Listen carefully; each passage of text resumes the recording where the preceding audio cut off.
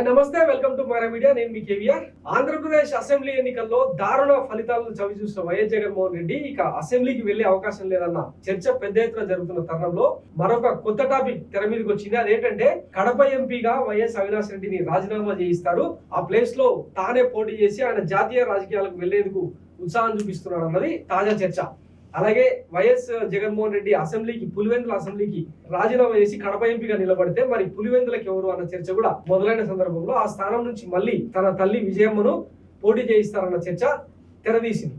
మొదటిదాకా ఇది అంటే కేవలం ఆంధ్రప్రదేశ్ కు మాత్రమే పరిమితమైన ఈ చర్చ ఇప్పుడు తెలంగాణ ముఖ్యమంత్రి రేవంత్ రెడ్డి నిన్న వైఎస్ఆర్ 75వ జయంతి వేడుకల సందర్భంగా మంగళగిరి కేంద్రంగా నిర్వహించిన సంస్మరణ సభలో ఆయన ఒక సంచలనమైన స్టేట్మెంట్ ఇచ్చారు. ఒకసారి అదేంటో చూసే ప్రయత్నం చేద్దాం. ఈ మధ్య టీవీలో పేపర్లో చూస్తున్న కడప పార్లమెంట్ కు ఉప ఎన్నికలు రావచ్చు అని. నిజంగానే ఉప ఎన్నికలు వస్తే ఊరూరు తిరిగే బాధ్యత నేను తీసుకుంటా.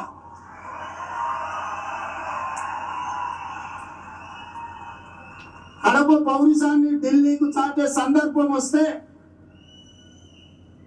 కడప జిల్లా వాసుల తరపున కాంగ్రెస్ పార్టీ జెండా మోయడానికి గల్లీ గల్లీ తిరగడానికి అక్కడి నుంచే ఎక్కడైతే పోగొట్టుకున్నామో అక్కడనే వెతుక్కోమని పెద్దలు ఏదైతే చెప్పినో, ఏ కడప జిల్లాలో కాంగ్రెస్ పార్టీకి దెబ్బ తగిలిందో అదే కడప జిల్లా నుంచి కాంగ్రెస్ పార్టీ జెండాను ఎగరేసి ఆ గడ్డ మీద నుంచే పోరాటం మొదలు పెడదాం.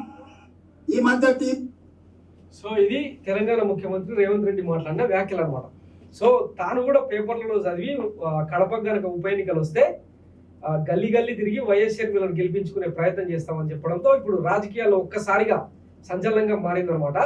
అయితే దీని మీద వైసీపీ నుంచి ఏ ఒక్క కీలక నేత అలాగే వైఎస్ జగన్మోహన్ రెడ్డి నుంచి కూడా పెద్దగా స్పందన లేకపోవడం, అసలు ఇది వ్యూహాత్మక మౌనమా లేకంటే తప్పిదమా అంటే ఇంత పెద్ద రేంజ్ లో మైండ్ గేమ్ నడుస్తున్న తరుణంలో దానికి ఖచ్చితంగా ఆన్సర్ చేయాల్సిన సందర్భంలో వైసీపీ ఎందుకు మౌనంగా ఉందన్నది ఎవరికి అంతుపట్టని విషయం. సో మరి దీనికి సంబంధించిన వాస్తవానికి అంటే తెలంగాణ ఉద్యమంలో చాలా సార్లు ఉప ఎన్నికలతో కేసీఆర్ నిత్యం తెలంగాణను లైమ్ లైట్ లో ఉంచే ప్రయత్నం చేశారు. సేమ్ టైం ఇప్పుడు వైఎస్ జగన్మోహన్ రెడ్డి కూడా ఈ కూటమికి సంబంధించిన గెలుపు అది ప్రజా తీర్పు కాదని చెప్పే ఉద్దేశంలో ఉన్నారా?